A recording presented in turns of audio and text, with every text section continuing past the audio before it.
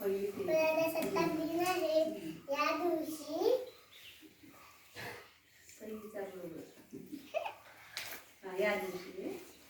भारताचे संविधान अंमलात आणले.